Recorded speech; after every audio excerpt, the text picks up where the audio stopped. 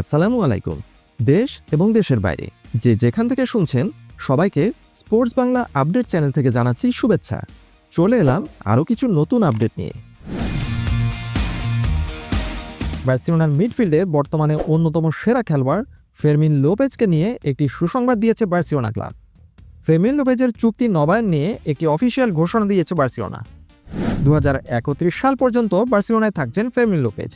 লা মাসিয়া জাদুকরের নতুন অধ্যায় শুরু হতে যাচ্ছে। প্রত্যাশিতভাবেই বার্সেলোনা তাদের অন্যতম নির্ভরযোগ্য মিডফিল্ডার ফেরমিন লোপেজের সাথে নতুন চুক্তির আনুষ্ঠানিক ঘোষণা দিয়েছে। 2029 সাল পর্যন্ত আগের চুক্তি থাকলেও বার্সেলোনা ক্লাবে তার ক্রমবর্ধমান গুরুত্ব বিবেচনা করে সেটা আরও 2 বছর বাড়িয়ে 2031 সালের 30 জুন পর্যন্ত চুক্তি নবায়ন করা হয়েছে। ফেরমিন লোপেজের চুক্তিতে কি আছে? বার্সেলোনা অফিসিয়াল বিবৃতিতে বলেছে, বার্সেলোনা এবং ফেরমিন লোপেজের মধ্যে চুক্তি নবায়ন এবং উন্নতির বিষয়ে সমঝোতা হয়েছে।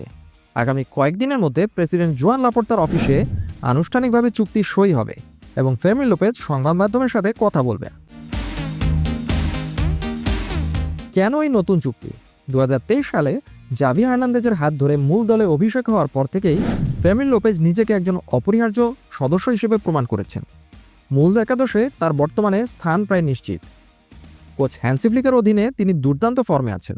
ক্লাবের প্রতি তার নিবেদন এবং মাঠের পারফরমেন্সের পুরস্কার হিসেবে বার্সেলোনা তাকে 50% বেতন বৃদ্ধি এবং বিশাল অঙ্কের একটি রিলিজ ক্লজ সহ এই নতুন চুক্তির অফার দিয়েছে, যেটা সাদরে গ্রহণ করেছেন ফেরমিন লোপেজ। আর সেজন্যই এই অফিসিয়াল ডিক্লারেশন। ফেরমিন লোপেজের ক্যারিয়ার পরিসংখ্যান দেখলে বোঝা যায় তিনি কিভাবে খুব দ্রুত উন্নতি করে চলেছেন। এ পর্যন্ত বার্সেলোনার হয়ে 114টি অফিসিয়াল ম্যাচ খেলেছেন ফেরমিন লোপেজ। এর মধ্যে মোট গোল করেছেন 29টি, অন্যদিকে মোট অ্যাসিস্ট 20টি, অর্থাৎ মাত্র 114টি ম্যাচে তার 49টি গোল কন্ট্রিবিউশন। অন্যদিকে চলতি মৌসুমে এক বিধ্বংসী ফর্মে আছেন তিনি। এ পর্যন্ত ম্যাচ খেলেছেন 27টি আর গোল করেছেন 10টি। ফেরমিন লোপেজ কেবল একজন সাধারণ মিডফিল্ডার নন, তিনি একজন গোল স্কোরিং মিডফিল্ডার। লা মাসিয়া থেকে উঠে আসা এই তরুণ খেলোয়াড়ের সবচেয়ে বড় গুণ হলো সঠিক সময় পেনাল্টি বক্সের ভেতরে ঢুকে পড়া। চলতি 2025-26 মৌসুমে মাত্র 27 ম্যাচে 10টি গোল করা একজন মিডফিল্ডারের জন্য এক অবিশ্বাস্য পরিসংখ্যান। তিনি দানি ওলমো বা পেদ্রির সাথে দারুণ কেমিস্ট্রি তৈরি করেছেন। বার্সেলোনা মূলত তাকে 2031 সাল পর্যন্ত চুক্তিবদ্ধ করে একটি শক্তিশালী বার্তা দিল। তারা তাদের ভবিষ্যতের মেরুদণ্ড গড়ার কাজ শেষ করে ফেলেছে।